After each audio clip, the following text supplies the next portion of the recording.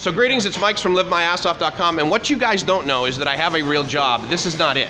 But what I do is I get to hang out with this guy, and he's basically my brother, but as an only child, anyone who gives me money is my brother. So this is David, and this is what I'm gonna look like in years when it all falls off. Just make sure you don't bump your head. So don't, yeah, I know. Well, my mom dropped me, which is why I'm the way I am.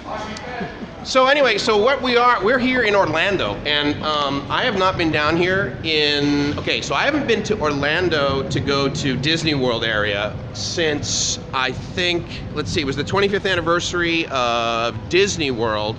So that would have been 1994, I think.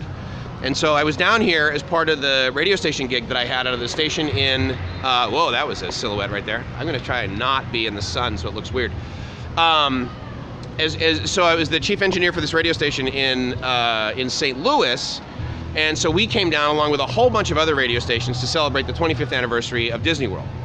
And if you don't know, what happens when you're down in Disney World and you're basically being paid to be there by Disney, it's called traveling on the mouse. And what that means is they pay for absolutely everything to excess. And so as an example of that, you know how when you go to a nice restaurant and you leave to go to the restroom or something, you come back and they've like refolded your napkin? Okay, so imagine that behavior applied to your hotel room. Meaning, I would leave my hotel room at 3:30 in the morning to go do this broadcast. I would come back about 6 just to like grab coffee or something like that. They had put a present in the room at first time. And I'm like, okay, this is like kind of cool.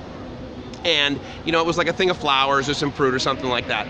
Then I left, and then like 3 hours later I come back and there's like hats. And there's also, every single time I left the room, Disney would leave another present inside of it. And this was an amazing room. They had these, there was this balcony like overlooked, I can't remember, I think it's called Lake Buena Vista, I'm not sure. Whatever that like man-made lake is in the middle of Disney World.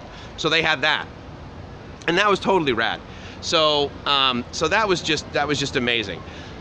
I'm gonna be down here in this area for another couple days, and then from here, actually, in a few days, I'm gonna head over to Fort Lauderdale, see a friend that I haven't seen in like several years. I'm gonna see her, and then from there, I'm gonna go down to the Florida Keys, and I haven't been down to the Florida Keys in 28 years.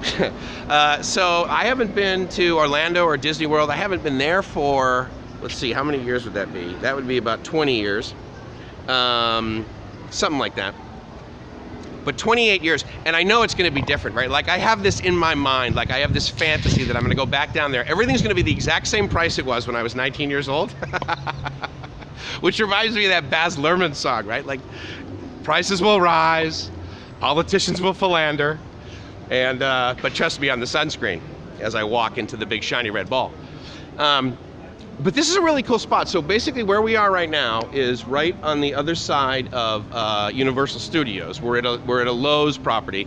Inside the Lowe's is this place called Emeril's Tchoup, is how they pronounce it, but it's spelled T-C-H-O-U-P-C-H-O-P, I believe. And so here's some really weird stuff, like who knows why some of this stuff exists. It's obviously, you know, tourist crazy. You can't see the color of this water, and the only reason I know the color of this water is because I know the color of the water that's over further by this like river that they have coming in. I mean, it's all man-made, but it's actually gross green. It looks even grosser green than the green gross that is over when it's St. Patrick's Day in Chicago, and they do that. So,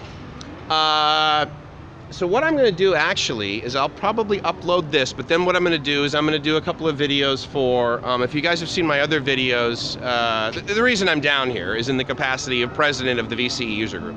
And so VCE User Group, or the VUG, is a collective bunch of us that are in IT that run the same technology that we have in our data centers. Made by a company that is still sort of referred to as us customers as VCE, but it was, it's changed names, and it was purchased fully by EMC, and then if you don't know, Dell bought all of EMC, so now it's DellEMC.